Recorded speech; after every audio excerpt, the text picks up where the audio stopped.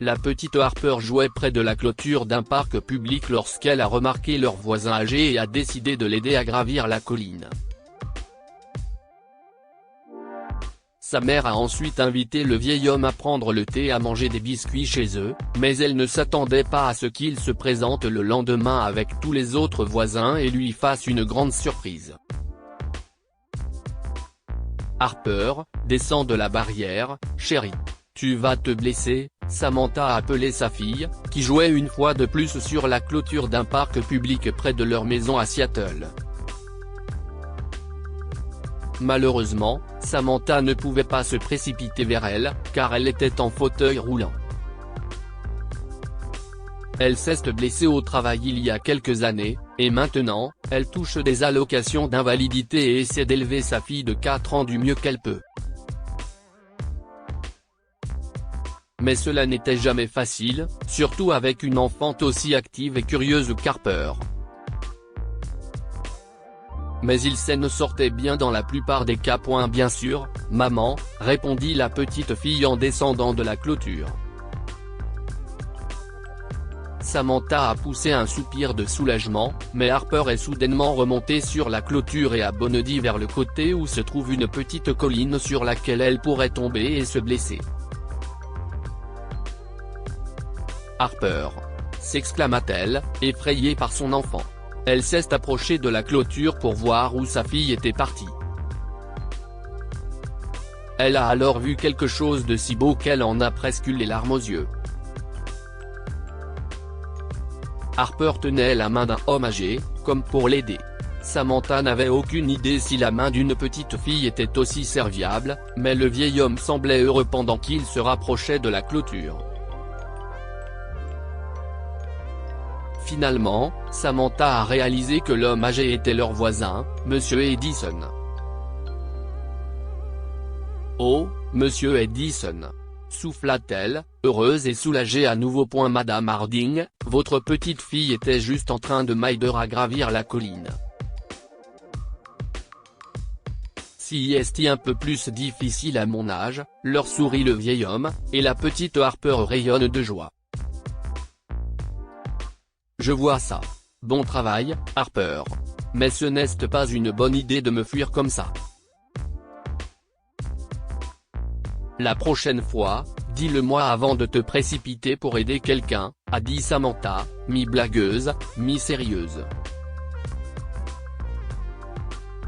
Ok, maman. Monsieur Edison, vous rentrez chez vous?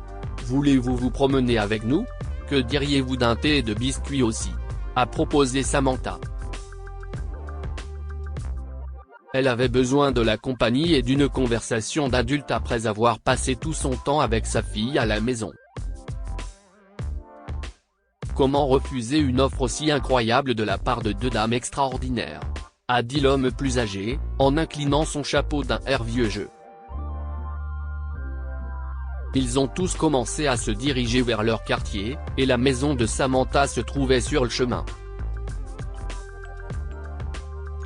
Monsieur Edison habitait quelques rues plus loin, mais tout le monde se connaissait et essayait d'être aussi serviable que possible. Oh, votre jardin est un peu envahi par les mauvaises herbes. Vous auriez dû m'appeler, je pourrais vous aider, commenta le vieillard alors qu'il se dirigeait vers la porte d'entrée. Samantha avait heureusement pu se permettre d'installer une rampe, ce qui faisait toute la différence du monde en termes d'indépendance en tant que femme en fauteuil roulant. Oui, je ne peux plus faire de jardinage, mais je ne voudrais pas vous déranger, M. Edison, répondit Samantha en secouant la tête et en ouvrant la porte. Faites comme chez vous, s'il vous plaît. Monsieur Edison s'est assis sur le canapé et Harper a commencé à lui parler de tout et de rien pendant que Samantha préparait le thé et les biscuits. Après avoir mangé quelques cookies, la petite fille est allée dans sa chambre, et les adultes ont pu avoir des conversations privées, plus sérieuses. Je suis désolé de ne pas t'avoir donné de nouvelles après ton accident. Mais je ne savais pas non plus si c'était approprié, a déclaré le monsieur à un moment donné. Ce n'est pas grave. Certaines personnes m'ont aidé, mais j'avais besoin d'apprendre à faire la plupart des choses par moi-même. J'avais besoin de réapprendre la vie, en gros, pour pouvoir continuer à l'élever. Et je me prépare également à travailler à domicile, donc ma vie prend un nouveau tournant en ce moment. Mais je vous remercie pour votre offre, a répondu Samantha. Je souhaiterais un peu de jardinage, et je vous rémunérerai. Monsieur Edison secoua la tête en posant sa tasse de thé sur la table basse. N'importe quoi. J'ai ma propre tondeuse à gazon et tout le reste. Ce sera gratuit. Mais je dois partir maintenant. Je reviendrai demain, a rétorqué le monsieur, en se levant et en regardant autour de sa maison avec un regard inquisiteur. Est-ce que tout va bien ? A-t-elle demandé en fronçant les sourcils. Tout va bien, et tout ira bien. Quoi qu'il en soit, remerciez encore une fois votre fille pour son aide, et je vous verrai demain avec ma tondeuse à gazon, a dit M. Edison en la regardant fixement. Puis il a salué et est parti, laissant Samantha se demander ce que ce regard signifiait. Monsieur Edison vient aujourd'hui ? Demanda Harper le lendemain en mangeant ses céréales. Je pense que oui, chérie. Il va nous aider avec le jardin, répondit la mère. Je peux aider aussi. Seulement s'il le permet, chérie, a répondu Samantha. Harper a entendu la sonnette de la porte et a vu sa mère aller l'ouvrir. La jeune fille a suivi et s'est cachée derrière le fauteuil roulant de sa mère en jetant un coup d'œil à la personne qui était à la porte. Un petit sourire se dessine sur son visage en voyant le spectacle à l'extérieur. Bonjour, un immense cœur les a salués, et les yeux de Harper ne pouvaient même pas déterminer combien de leurs voisins étaient venus. Mais Monsieur Edison était juste devant, avec un sourire amusé sur le visage. Qu'est-ce ce qui se passe ? Demanda Samantha, surprise. Il est temps pour nous d'être des vrais voisins et de vous aider. J'ai remarqué hier que votre jardin n'est pas la seule partie de votre maison qui a besoin de travaux. Vous avez des fuites d'eau, et Monsieur Langlais s'en occupe très bien, dit le vieil homme en désignant un autre voisin qui sourit et fait signe. Il a expliqué ce que tous les autres allaient faire, et Samantha n'a pas su quoi dire avec des larmes coulant sur son visage. D'une voix étranglée, elle s'est demandé, « Je ne pourrai jamais vous remercier pour tout ça. »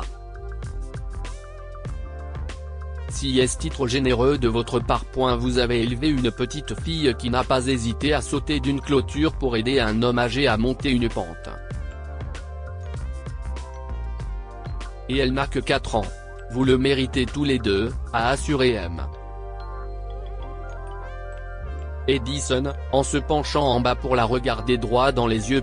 Merci, si est tout ce qu'elle a pu dire après ces belles paroles, et leurs voisins se sont mis au travail pour arranger son jardin, réparer les fuites dans le toit, vérifier sa plomberie, nettoyer les endroits que Samantha ne pouvait pas atteindre, et bien d'autres choses encore.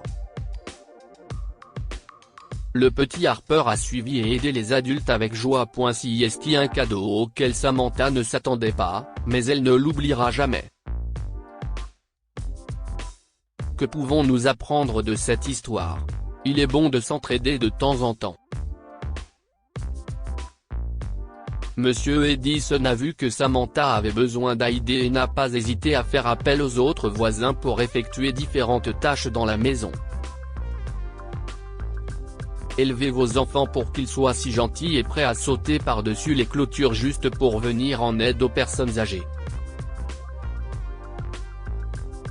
Samantha a élevé une belle fille, gentille et intelligente, qui s'est montrée serviable envers son voisin plus âgé. Cet acte de bonté a inspiré d'autres personnes à apporter leur aide également. Partagez cette histoire avec vos amis.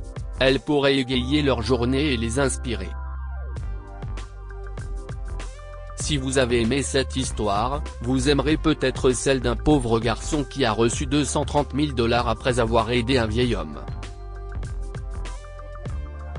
Pour lire d'autres histoires, abonnez-vous à Amomama sur Google News.